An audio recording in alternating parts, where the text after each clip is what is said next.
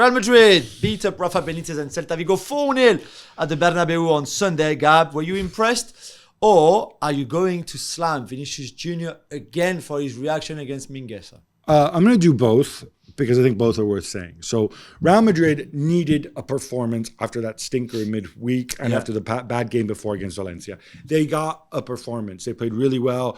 He put his faith in Luka Modric, who I thought, ran the midfield really, really well. I know they scored 3 of their 4 goals late with Rafa, of course, in that very sort of persnickety Rafa way, pointing, really, but it was 1-0. Like, no. Okay. You got your rear ends handed to you. Could have been 5-0 at that stage. Real Madrid played really well. Vinicius played really well. He's not the footballer he was before. He makes better decisions. He adds quality. He's less selfish. The last thing he needs to do, though, is get this whole reaction thing out of his system. This incident with Mingueza, he's running through on goal. He's being pulled back by a shirt. Really badly. Okay, it's obvious, right? What does he do? The foul gets called, rightly so. Mingueza gets booked. What does he do? He goes and he shoves Mingueza. Now, this is the kind of stuff that gets you sent off. Yeah. You cannot do this. We saw it happen against Leipzig. We see it happen again just a few days later. I don't know what's going on in his mind. And I've heard people come up with the stupidest explanations. Oh, but he's a street footballer. It's the joy. This is how you react on the streets. This is all nonsense. Yeah. He's a professional footballer. Exactly. He's been a professional footballer for 7 years. He's made tremendous progress. A lot of people said, oh, Vinicius can never do this. He's just an athlete. He's just instinctive. No, he's really, really grown. Yeah. That's a credit to him.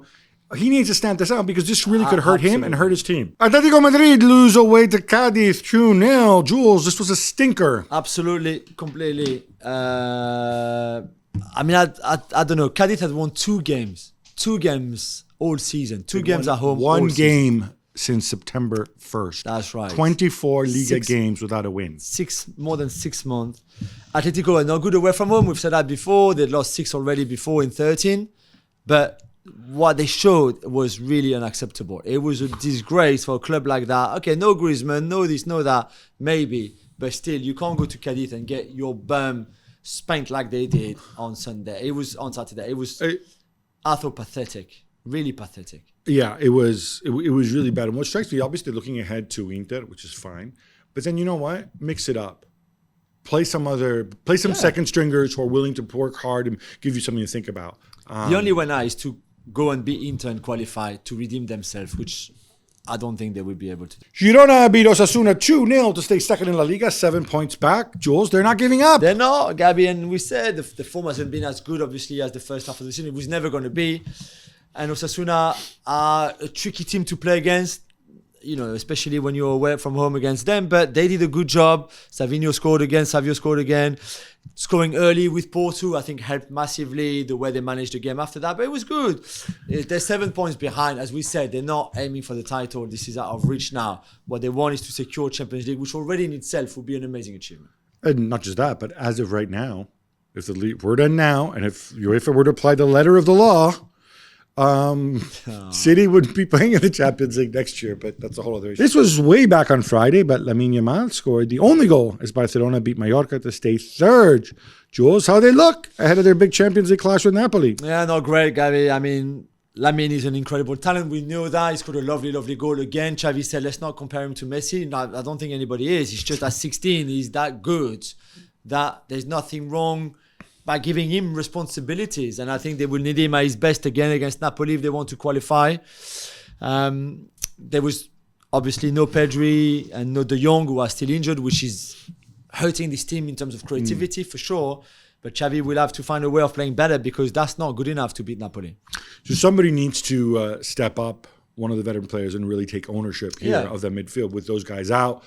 Could be Gundogan. I have a friend who's a big Barcelona fan, and he's a big Sergio Roberto fan. No, definitely not. Okay, just checking. But let's hope Gundogan can score a penalty at least if he gets to take another one against Napoli. Big win for Atletico Bilbao away to Las Palmas, Jules. Just 2 points away from Atletico in fourth. Great performance from them again. And Las Palmas away is not an easy trip at all to do. They've been a good team, Las Palmas, this season, but Athletic Club were really fantastic. I thought Nico Williams, again, I don't know if he would be there next season. Maybe if they qualify for the Champions League, he might stay. Because they've signed Diallo, of course, from Braga, who grew up, for the people who don't know, who was born in Madrid but grew up in the Basque country. So he's eligible to play for Athletic Club. I don't know if it's a straight replacement for Nico, if it's to just add more depth into the squad. I think it's a smart signing to sign with. And I just hope that Valverde and his players continue their really, really wonderful season, because it's been a pleasure to watch them. Nico Williams was linked with Chelsea, which I don't understand at all. I mean, they don't have enough wide players, that's why. No, exactly. It must be that. Villarreal win away to Betis 3-2, which basically means Betis won't be able to qualify for the Champions League next season. But Gab, I know what you want to talk about, of course, for the second Monday in a row. Second Monday in a row. A goal and an assist for the only living Sorloth in captivity. I am very happy for him. Shout out to him and all our Norwegian friends. Yeah, it was not that happy after being destroyed by Marseille 4-0 on Thursday, though. Is he the best tall Norwegian centre forward? Oh, this world? Weekend. Well, this weekend certainly. Unless there's some dude from the Tippeligaen or whatever who scored 4 goals. I don't know. Tell us.